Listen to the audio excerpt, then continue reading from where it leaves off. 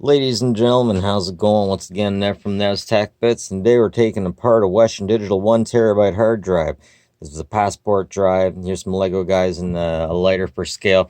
Very small, very nice. I got this for my Xbox. I had two external 1 TB hard drives, and all of a sudden, my Xbox starts acting really weird. I can't do anything. I can't even go into the movie section. When I try to do a hard boot on the system, it takes forever. So I was thinking, geez, maybe my internal drive's gone. Maybe the power supply is gone. So I'm doing a bunch of troubleshooting.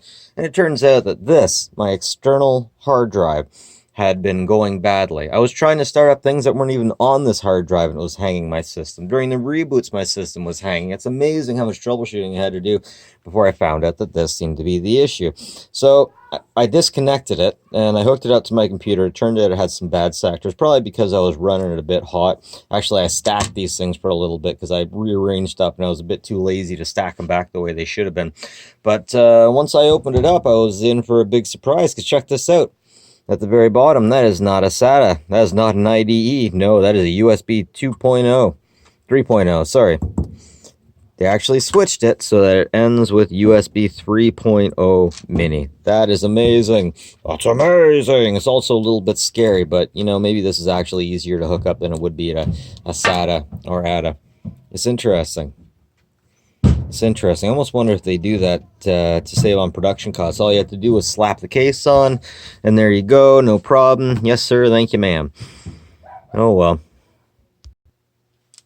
So you know it's my channel, so I'm going to be taking this thing apart. That's just how she goes. But don't you just hate it when you can't find the right size torque screwdriver, so you got to go through all your bits to find a flathead that will just happen to do? I swear to gosh, that's what I have to do half the time when I'm dealing with these Torx heads. Alright, so I got all the screws out. Now to say the magic words, Alacanooch, open says me. We can see the disk drive. Hello, people.